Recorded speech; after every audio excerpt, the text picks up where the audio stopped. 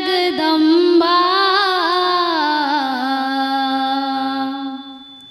माता शेरा वाली मैया वो जय हो मैया। डोंगरी पहाड़ा वाली माँ बोल माता रानी की जय। अम्बा जगदम्बा माता शेरा वाली मैया वो जय हो मैया। डोंगरी पहाड़ा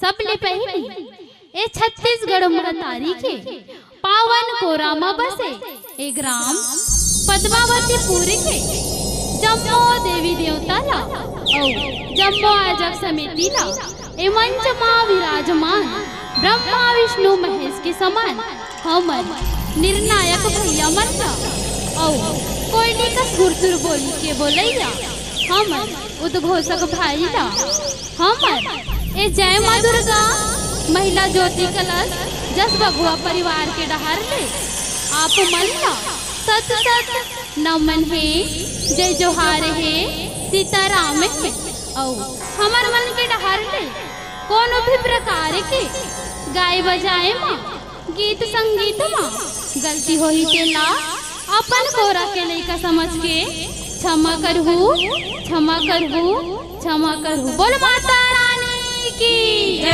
बोल शीतला मैया की जय। तोर कृपा के बिना वो मैया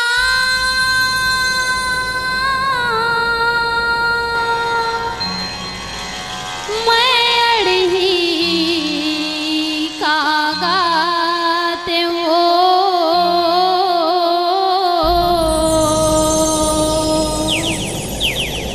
अत का नामो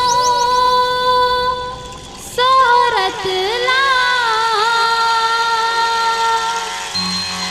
कैसे के मैं पाते हो दुनिया दुनिया माँ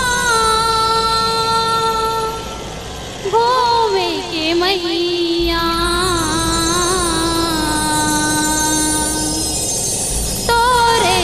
जसला मैं गावत हाँ तोरे जसला मैं गावत हाँ। बोल माता रानी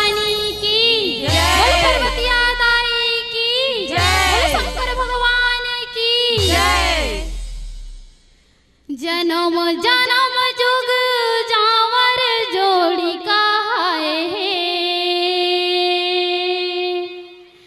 गौरी भोला से बंधना बांधाए हे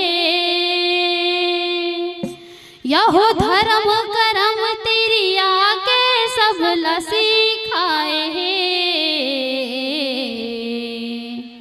संसारी मन झेला मनाए हैं हो चला गन जग में चलाए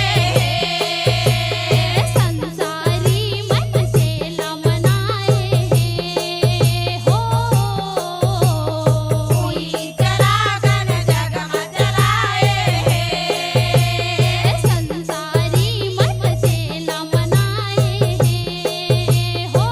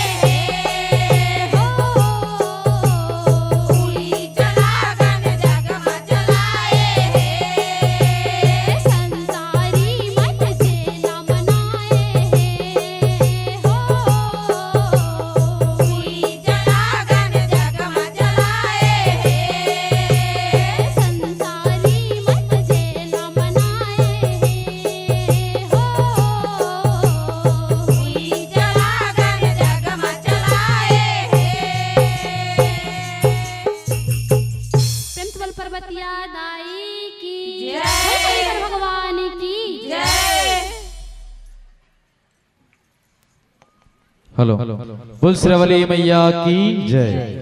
कि हर रिश्ते में मिलावट देखी, कच्चे रंगों की सजावट देखी। हर रिश्ते में मिलावट देखी, कच्चे रंगों की सजावट देखी, लेकिन माँ के चेहरे पे ना